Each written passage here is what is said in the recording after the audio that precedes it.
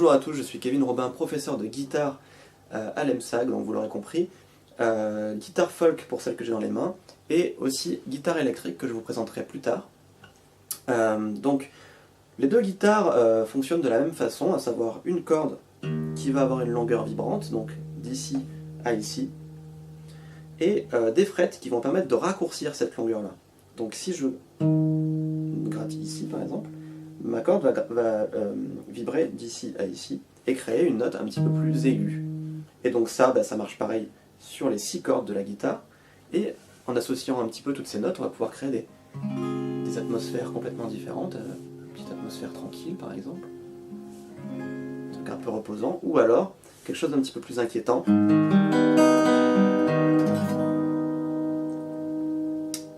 Par exemple.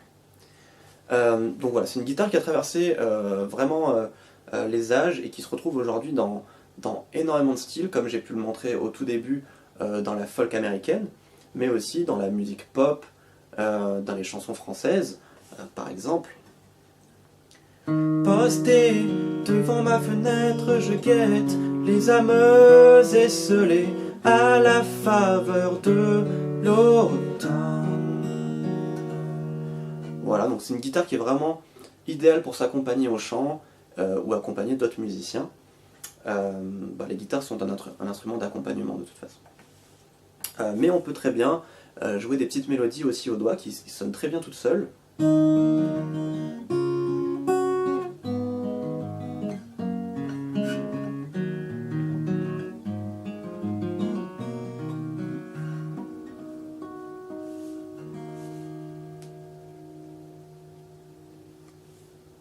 Voilà, donc je vais vous présenter à présent la guitare électrique.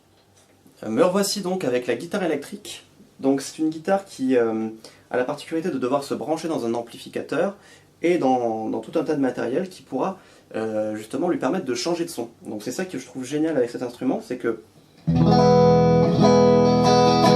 voilà de base le son qu'il peut avoir, mais avec quelques petits matériels, on va pouvoir modifier ce son-là et créer vraiment des ambiances très différentes. Par exemple, hop. Ou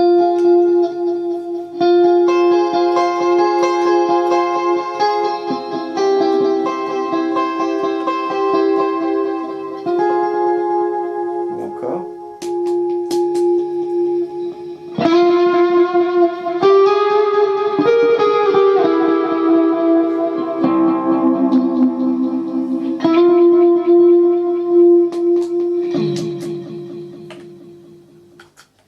Et donc, avec cette guitare-là, on va pouvoir utiliser des sons aussi qui sont dits saturés, qui sont très utilisés dans le rock et dans le métal.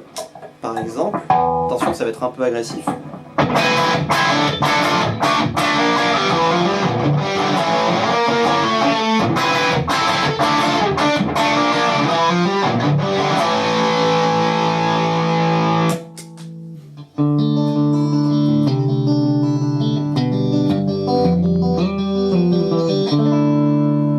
On peut passer d'un son à un autre très rapidement, et c'est ça qui est génial avec cette guitare-là. Et plus communément avec cette guitare-là, on va pouvoir aussi faire de la musique funk, par exemple.